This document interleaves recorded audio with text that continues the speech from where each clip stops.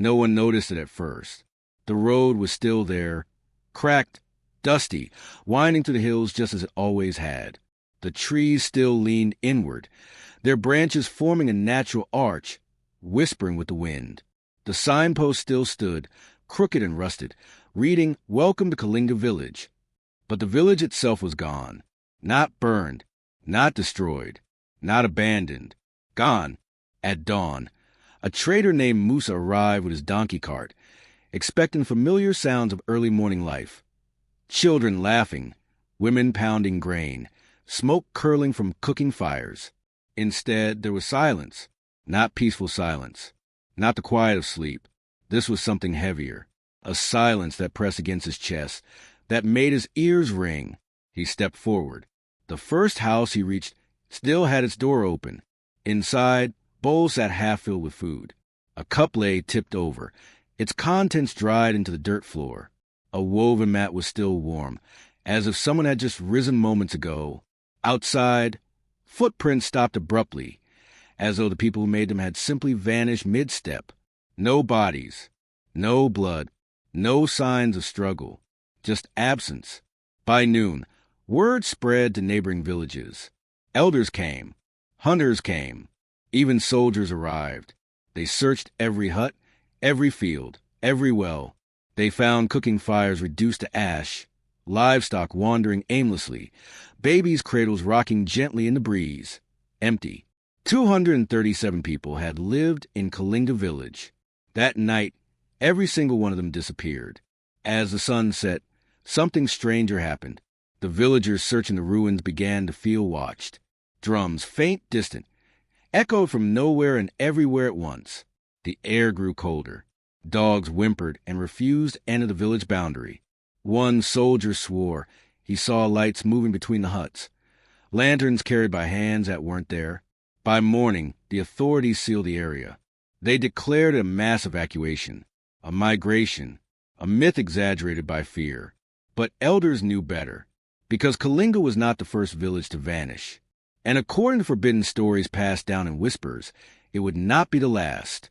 There was a reason the ancestors warned. Some nights, the land remembers what was buried beneath it, and when it wakes, it takes everything. The night Kalinga village disappeared began like any other.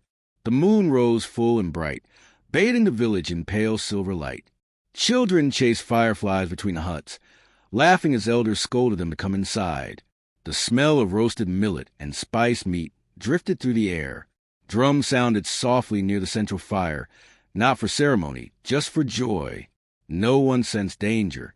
At the edge of the village lived an old woman named Nabira. She was older than memory itself, or so people joked. Her back was bent, her eyes clouded, but her mind was sharp and burdened. That evening, Nabira sat outside her hut, staring at the ground as if listening to something beneath it. The earth trembled, just once, so faint no one else noticed. Nabira's hands began to shake. "This land was never meant for homes," she whispered. "Years ago, long before Kalinga was built, this valley had been avoided. Hunters refused to camp here. Travelers crossed quickly, never sleeping. The ground was said to be hungry, a place where screams sank into the soil and never returned. But time erased fear. New generations laughed at old warnings. The village prospered. Fields grew rich. Children were born, and the ground waited. That night, Nabira tried to warn them. She went to the chief's hut, leaning heavily on her staff. The guards dismissed her. "Go home, grandmother," they said. "Your dreams trouble you again." She went to the shrine, lighting incense and chanting forbidden prayers. The flames flickered violently, bending away from the village as if afraid. Inside their homes, people began to feel uneasy. A mother named Asha woke suddenly, her baby crying without reason. Her husband sat upright, sweating. Outside, the drums had stopped, but something else had replaced them. A low humming, vibrating through the walls. Animals panicked. Goats broke their tethers. Chickens flapped wildly. Dogs howled, tails tucked, eyes fixed on the earth. Then came the smell. Rot, iron, old rain trapped underground for centuries. The ground cracked, not violently, Not dramatically. Silently. Thin black lines spread across the village floor, slipping beneath huts, through doorways, around sleeping feet. The cracks pulsed faintly, like veins. One by one, people awoke, but not fully. They rose from their beds in a trance, eyes open yet empty. Mothers lifted children. Elders stood without pain. The sick walked as if healed. They followed the sound. From the center of the village, the earth opened not as a hole, but as a widening shadow. Darkness rose like mist, wrapping around ankles, waists, chests. There were no screams, only whispers. By the time the moon reached its highest point, Kalinga village was empty. The ground sealed itself. The cracks vanished, and the land exhaled, satisfied. Far away, Nabira collapsed beside the shrine, tears cutting paths through the dust on her face. She was the only one left alive, because the land does not take those who remember. 3 days after Kalinga village vanished, the first official team arrived. They came with notebooks, rifles, radios, and certainty, the dangerous kind. Government men trained to explain the unexplainable. They walked past the warning sign without hesitation, boots crushing dry leaves, laughter echoing too loudly for a place that felt like it was holding its breath. The moment they crossed the village boundary, the air changed. Not colder, not warmer, heavier. Captain Idris noticed it immediately. His chest tightened as though he had stepped underwater. The sound of the forest, birds, insects, wind, faded into an unnatural stillness. Even the men behind him grew quiet, their confidence leaking away with each step forward. They spread out. Everything was exactly as the rumors described. And worse. Food still lay in bowls, now rotting. Fires sat cold in hearths, ash undisturbed by wind. A loom stood midweave. A child's sandal rested near the well, one strap torn as if it had been yanked away suddenly. But there were no drag marks, no blood, no signs of struggle. It was as if time itself had been interrupted. One soldier swore. He heard breathing behind him. When he turned, there was nothing. Another claimed his radio, whispered names that weren't his own. They laughed nervously, pretending fear was just heat and imagination. Then they found the shrine. At the village center stood a stone circle half sunk into the earth, its symbols older than any language the men recognized. The soil around was darker, damp and warm, too warm. Captain Idris knelt and touched it. He pulled his hand back instantly. It pulsed, as if something beneath it had a heartbeat. Elders from neighboring villages had warned them not to dig. They said the shrine was not built to worship, but to seal. A door closed long ago by people who knew what slept beneath the valley. But the elders were ignored. They always were. By afternoon, the digging began. The first shovel strike echoed louder than it should have, ringing through the empty huts like a scream. The earth resisted, hard, compacted, almost elastic. The deeper they went, the stronger the smell became. Old metal, whetstone, decay trapped for centuries. Then they hit something solid. Not rock, bone, a rib cage, fused into the soil, ancient and enormous, far too large to belong to any human or animal known to them. More bones appeared beneath it, tangled together, layered like the remains of countless bodies pressed into one grave. One soldier dropped his shovel and ran. The ground trembled. Just once. That night, the team camped outside the village. No one wanted to sleep within its borders. Fires burned low. Conversations stopped early. And when darkness fell, the drums began again, slow, distant, impossible to locate. Captain Idris woke just before midnight. He couldn't move. His body was frozen, eyes wide open, staring into the fire's dying embers. Around him, the camp was silent, too silent. He tried to scream, but his mouth refused to open. From the darkness beyond the firelight, figures emerged. They looked human, at first. Villagers. Men, women, children. Their faces were familiar, lifeless expressions stretched tight like masks. Their eyes were black voids reflecting nothing. Their feet did not touch the ground. They stood watching, waiting. One stepped forward, a woman holding a child to her chest. Her mouth open, and dozens of voices spoke at once. You dug where you were told not to. The fire went out. Idris felt the earth pull at him, not dragging, not forcing, inviting. The ground beneath his body softened like mud. Panic exploded inside him, but his body still would not obey. Then a voice cut through the darkness. Old, commanding, furious. Enough. The ground hardened instantly. The figures dissolved into shadow. Idris gasped as control returned to his limbs. He sat upright, gasping, screaming, waking the entire camp. At the edge of the firelight stood Nabira. The old woman looked smaller than before, as though each passing hour drained her life away. Her eyes burned with something fierce and ancient. You have angered it, she said quietly, and now it knows you are here.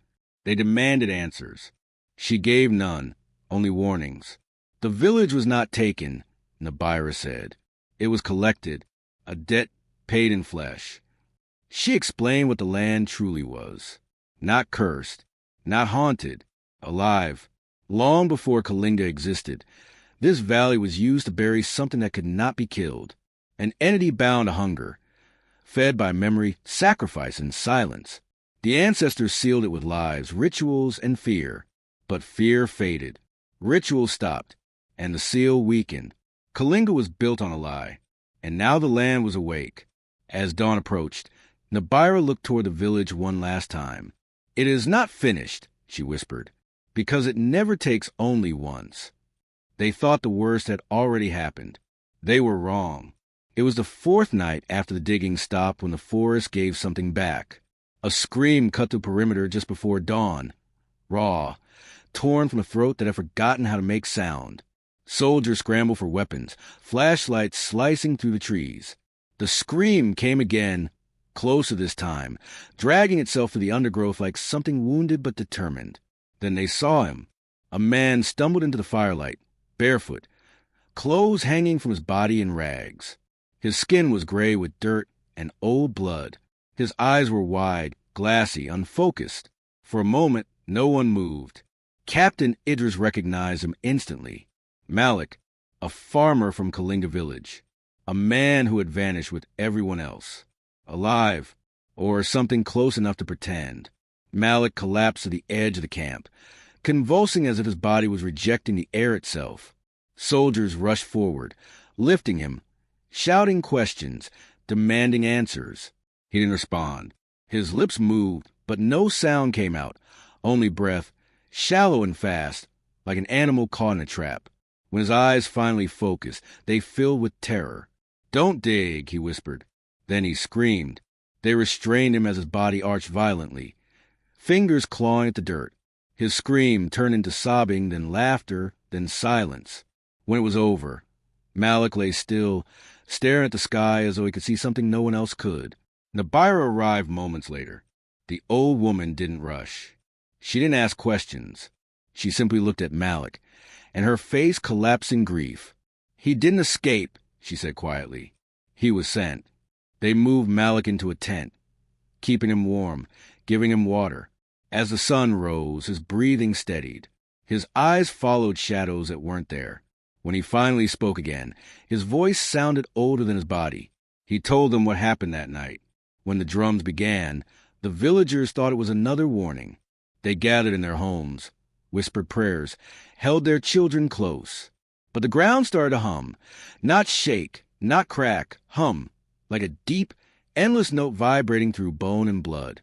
Doors opened by themselves. The earth split, not violently, but gently, like skin parting for a blade.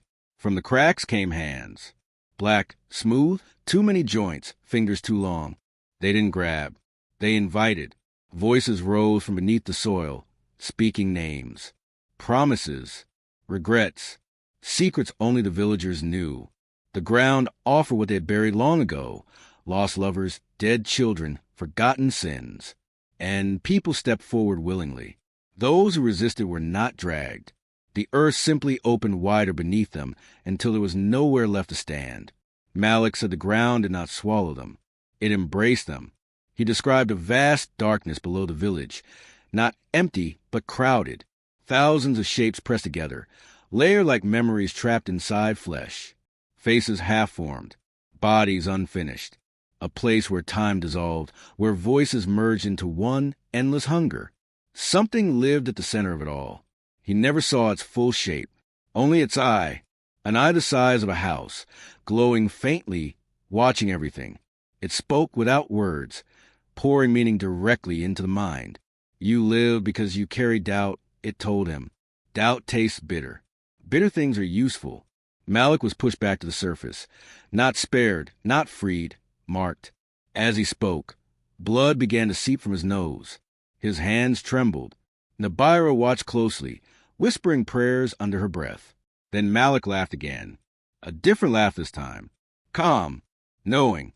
It's not angry, he said softly. It's patient. The temperature dropped instantly. Malik's eyes rolled back, and symbols began carving themselves into his skin, thin lines appearing as if drawn from beneath the flesh. The same symbols carved into the shrine, the same shapes found on the bones. The seal, breaking. Nabira screamed for them to stop watching and start listening. It uses survivors, she cried. Messengers, seeds. They tried to help him, to restrain him, but Malik's body stiffened unnaturally. His mouth opened wider than it should have, jaw cracking, teeth bleeding. Then he spoke again, not as Malik. You woke me, the voice said, deep and layered, echoing inside every skull present. You fed me memory. You fed me fear. The ground beneath the camp trembled. More will come, the voice promised. Other villages, other lands. I was buried once. I will not be forgotten again. Malik's body collapsed, dead, but the symbols remained, burned into flesh like a map. Silence followed. Not relief, not peace, the kind of silence that waits. Nabira knelt beside the body, tears cutting paths through the dirt on her face. There is only one way, she said, barely audible, and it will cost more than lives. Captain Idris looked toward the village ruins as the sun finally rose. For the first time, he understood. The village didn't disappear. It was the beginning. By the time Malik was buried, the land had already begun to change. It was subtle at first, the kind of shift that could be mistaken for imagination. The way shadows lingered longer than they should. The way sound seemed dull, as if the air itself were growing heavier. The soldiers noticed it when their radios began to crackle with whispers instead of static, voices layered beneath familiar frequencies, speaking in languages no one recognized but somehow understood.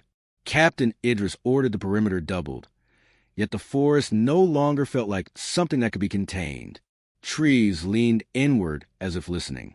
Roots pushed closer to the surface, forming shapes that resembled ribs beneath skin.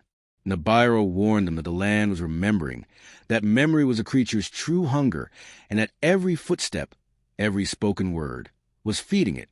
She told them the seal had not been broken by force, but by neglect, by generations who stopped honoring the boundary between the living world and what lay beneath it.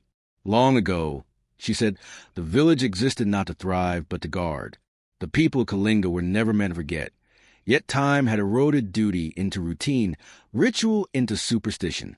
When the last true guardian died, the earth waited patiently for curiosity to finish what apathy had started. As night fell again, the ground pulsed softly, like a slow heartbeat, and those standing on it felt an unfamiliar sensation, a pull, gentle but insistent, as if something beneath the soil had learned their weight and was calling them by name. That was when the dreams began. Soldiers woke screaming, clutching memories that weren't theirs. Childhoods in burning huts, hands pushing them into darkness, voices promising safety while delivering silence. Idris dreamed of standing in the village square, surrounded by faces without mouths, all staring at it with expectation rather than anger. Nabira dreamed of the seal forming again, only this time carved from living flesh instead of stone. She woke knowing the truth she had tried to avoid, that the old ritual required more than symbols and bloodlines. It demanded a willing sacrifice who understood what was being given up.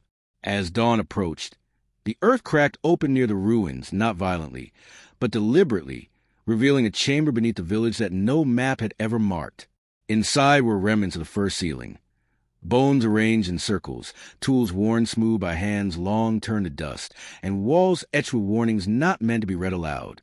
The air inside tasted ancient, thick with grief and resignation. Idris felt it immediately, the certainty that once this place was entered, no one would leave unchanged. Nabira stepped forward despite his protests, her voice steady as she explained that the seal had been built on balance, not dominance, and that what slept below was not evil in the way humans understood it. It was consequence, given form by centuries of fear and repression, sustained by what people refused to confront. The creature beneath Kalinga did not punish. It collected. It absorbed what was buried, secrets, guilt, unresolved pain, and grew stronger with every generation that chose silence over truth. That night, as the moon rose blood-red over the forest canopy, the land demanded payment again. The ground opened wider than before, not swallowing but revealing a vast depth that defied scale, a living cavern pulsing with slow awareness. Whispers poured out like smoke, curling around the living, calling them home. Some soldiers dropped to their knees, overwhelmed by memories they didn't recognize, yet felt responsible for. Idris held his ground, gripping his weapon though he knew it was meaningless. Nabira stood at the edge of the opening, her silhouette framed by darkness, and spoke words that had not been spoken in centuries. The earth responded, shuddering as if waking from a long sleep. She told the truth aloud, about the first betrayal, the ancestors who chose survival over sacrifice, who sealed the darkness without fully feeding it, leaving it starving but alive. She admitted that the village had prospered not because they were chosen, but because they were spared, and that every generation afterward had lived on borrowed time. The ground listened. The forest stilled. For a moment, hope flickered. Then the whispers grew louder, more insistent, reminding them that truth alone was never enough. Something had to stay behind. Something had to be given willingly, not as punishment, but as acknowledgement. Nabira turned toward Idris then, her eyes clear, unafraid, and he understood with sickening clarity that the cost would not be measured in numbers, but in meaning. The village had disappeared because it had failed its purpose. What came next would decide whether the world beyond it would follow. The moment Nabira stepped closer to the opening, the land reacted as if it recognized her intent. The tremors softened, becoming rhythmic, deliberate, almost respectful. The whispers lowered in pitch, no longer frantic but expectant, like an audience holding its breath. Captain Idris felt it then, not fear, not confusion, but the crushing awareness that the ground beneath them was no longer passive terrain. It was a witness. The chamber below the village widened, revealing layers upon layers of embedded memory. Shadows of people suspended within the walls, their faces frozen in expressions that were not agony, but resignation. These were not victims taken by force. These were offerings. Nabira's voice carried across the opening as she spoke the names of those who came before her, guardians who had willingly bound themselves to the land so that others could live above it without knowing the price. She spoke of the first seal, how it was meant to be renewed every generation by someone who understood the weight of remembrance, and how that promise had been broken the moment the village chose comfort over continuity. As she spoke, the forest leaned inward, branches creaking softly, roots tightening around the edges of the clearing, as if the earth itself were bracing for what came next. Idris tried to move toward her, but the ground beneath his feet hardened, locking him in place, reminding him that this was not a moment meant for command or rescue. This was a reckoning. Nabira explained, not to him but to the land, that the creature beneath Kalinga had grown not because it was fed, but because it was starved of acknowledgement. It had learned to consume what was hidden, because no one had been willing to face it openly. The opening pulsed in response, revealing a deeper glow within, that massive unseen eye opening once more, not in rage but in recognition. For the first time since the village vanished, the whispers changed tone. They no longer called names. They waited. Nabira removed the charms from her neck one by one, placing them on the soil, each representing a life she protected, a truth she had carried in silence. She stepped to the edge and looked back at Idris, not with sorrow, but with relief. He understood then that her life had been a preparation, not a coincidence. She had lived long enough to remember, and long enough to choose. As she descended into the opening, the ground did not pull her, it received her. The chamber closed slowly behind her, sealing not with violence, but with finality. The tremors ceased. The forest exhaled. For a long moment, nothing happened at all. Then the ruins of Kalinga began to sink, not collapse, not crumble, but gently settle into the earth, layer by layer, as if the land were tucking away a wound that had finally been allowed to heal. Idris fell to his knees, the weight of survival pressing down harder than any loss he had known. He realized then that some victories leave no room for celebration, only responsibility. As dawn broke, the clearing looked almost peaceful, the village reduced to smooth earth and scattered stones, indistinguishable from the forest floor. But the silence was different now. It was no longer waiting. It was complete. The soldiers packed their equipment and left without ceremony, without words, carrying with them memories they would never fully understand. Idris remained until the sun stood high, watching the place where Nabira had disappeared, knowing that her sacrifice had not erased the darkness, only balanced it. He understood now that the world was full of places like Kalinga, wounds sealed just enough to function, guarded by stories people dismissed as myth. As he finally turned away, the ground beneath the clearing shifted once more, subtly, almost imperceptibly, as if acknowledging his awareness. Far away, beyond the forest, a village woke to a quiet morning, unaware that it existed only because something else had chosen to stay buried. And deep beneath the soil where Kalinga once stood, memories settled into stillness, not gone, but contained, waiting for the day someone else would forget why the ground must never be disturbed again. The world beyond the forest did not feel the shift immediately. There was no thunder, no visible sign that something ancient had been appeased, only a subtle imbalance that moved quietly through places where memories slept shallow beneath the surface. Captain Idris returned to the capital to report stripped of truth, reduced to landslides and unexplained evacuations, because there was no language suited to what had been sealed beneath Kalinga. Even as officials nodded and archived the incident, Idris felt the weight of knowing that the land had not been cured, only restrained. The nights that followed were restless. Dreams returned, not violent, but heavy with presence. He saw Nabira standing beneath layers of earth, not suffering, not calling out, but watching, her form slowly blending into stone and root, becoming part of the boundary she had died to restore. Across the region, small signs began to surface. Farmers complained of soil that resisted planting, as if remembering other hands. Wells echoed strangely, carrying voices that were not there. Children in distant villages drew symbols they had never been taught, tracing the same looping patterns Malik's body had worn. The land was quieter, but it was not empty. Idris began to understand that sealing something away did not remove its influence. It redirected it. The creature beneath Kalinga had been denied expansion, but the memory of it lingered, pressed into the surrounding world like a bruise that never fully fades. Scholars dismiss the patterns as coincidence, yet Nabira's warnings echoed in his mind. Truth buried too long always finds new cracks to breathe through. One night, Idris stood outside his home as the ground trembled faintly beneath his feet, not enough to alarm, just enough to remind. He realized then that the responsibility had passed to him, not as a guardian in ritual, but as a witness. Someone had to remember what had been paid for silence. As months passed, the forest around Kalinga grew unnaturally dense, reclaiming the clearing with aggressive devotion, erasing all signs that a village had ever stood there. Locals avoided the area instinctively, guided by an unease they could not explain. Yet avoidance was not the same as understanding, and understanding was what the seal truly required. Idris began to document everything: dreams, symbols, stories from elders who spoke in fragments of half-forgotten warnings. He learned that Kalinga was not unique.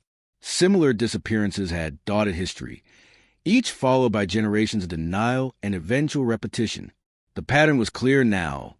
Memory faded, curiosity returned, the earth responded. Nabira's sacrifice had bought time, not salvation. The realization hollowed him. Somewhere beyond the forest, a new generation was growing up without knowledge of the line they must never cross. The ground beneath their feet listened, patient as ever. Idris knew then that his survival was not mercy, it was obligation. He would speak, even if no one believed him. He would write, even if the words were dismissed as folklore, because forgetting was the true invitation. And as the years stretched on, as cities expanded and machines dug deeper into ancient soil, the whispers began again, not in Kalinga, but elsewhere, soft at first, curious, waiting. The land had been sealed once more, but it had learned something valuable. Humans never needed monsters to destroy themselves. They only needed time, and the certainty that whatever slept beneath them was finally gone. Years passed, and the world moved forward the way it always did, confident, distracted, convinced that progress erased consequences. Roads were built closer to the forest that once hid Kalinga, though no one remembered the name. Maps labeled the area as uninhabited land, safe for development, ripe for expansion. Captain Idris grew older watching this happen, carrying the weight of a truth no one asked to hear. His warnings were softened, his reports archived, his memories dismissed as trauma shaped by isolation. Yet the land never forgot him. Whenever he stood near deep soil, the ground seemed to settle differently beneath his feet, firm but aware, as if recognizing a witness who had not turned away. On the anniversary of Kalinga's disappearance, Idris returned to the forest one final time. The trees were taller now, thicker, their roots twisted together like interlocked fingers guarding a secret. There was no clearing, no sign of ruins, only an unnatural stillness where birds refused to land. He knelt and pressed his palm to the earth, not searching for answers, only offering remembrance. For a moment, the ground warmed beneath his touch, and he felt something shift, not rising, not breaking free, but acknowledging. Somewhere deep below, memory stirred and settled again. Idris understood then that the seal still held, not because of stone or sacrifice alone, but because at least one person remembered why it mattered. As he stood to leave, he noticed footprints in the soft soil near the trees, small ones, recent ones, leading toward the place where the village had once stood. Children's footprints. His breath caught. He followed them just far enough to see the edge of disturbed ground, fresh and shallow, as if someone had begun to dig and then stopped. The whispers did not rise. The earth remained still. But the warning was clear. The land would always test memory, always wait for curiosity to return. Idris covered the disturbed soil with his hands, smoothing it gently, restoring the surface the way Nibiru once had. He left the forest knowing his time was nearly done, but also knowing that stories outlive bodies. Somewhere, one day, someone would listen, and if they didn't, the earth would speak for itself.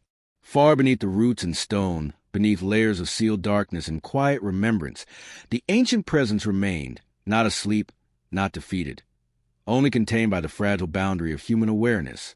Evil had not been destroyed. It had been remembered, and for now, that was enough. But memory fades, and the land, endlessly patient, would be ready when it did.